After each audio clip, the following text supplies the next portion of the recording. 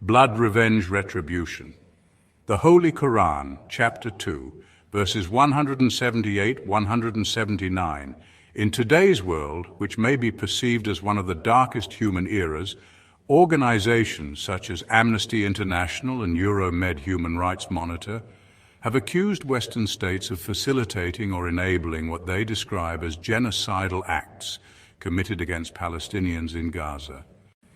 Adding to the darkness is the hypocrisy, corruption, and vulgar lifestyles of the rulers and ruling classes of Muslim-majority countries.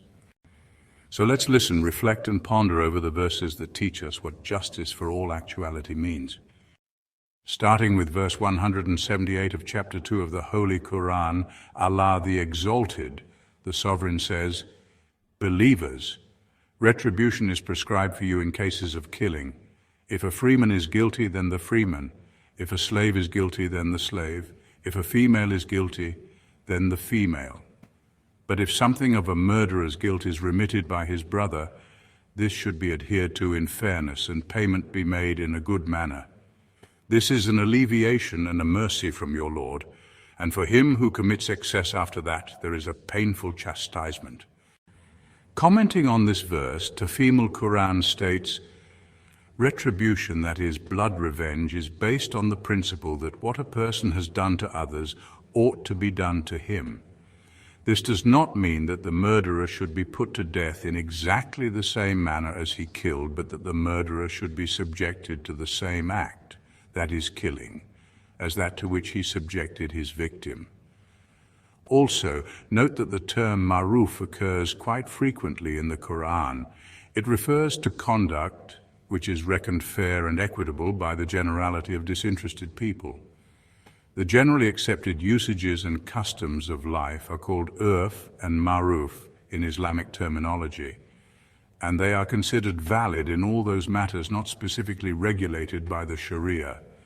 We move on to next verse 179, which states, "People of understanding, there is life for you in retribution, that you may guard yourselves against violating the law." Commenting on death penalty, Tafhim al-Quran states, "This refutes another notion of ignorance, a notion ingrained in the minds of many people, both past and present. On the one hand, there are some people who, entrenched in ignorance, tend to exceed the limits of moderation in revenge. At the other end of the spectrum stand those who are opposed in principle to the concept of executing a murderer.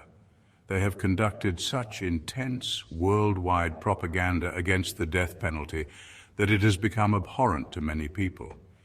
In fact, the impact of this propaganda has been so great that in many countries the death penalty has been abolished altogether. The Quran, however, addresses this question to wise and intelligent people and cautions them against such immoderate leniency by proclaiming that the survival of human society rests on the application of the death penalty for homicide. A society which holds inviolable the lives of those who disregard the sanctity of human life is in fact rearing snakes and serpents. To save the life of one murderer is to risk the lives of many innocent human beings.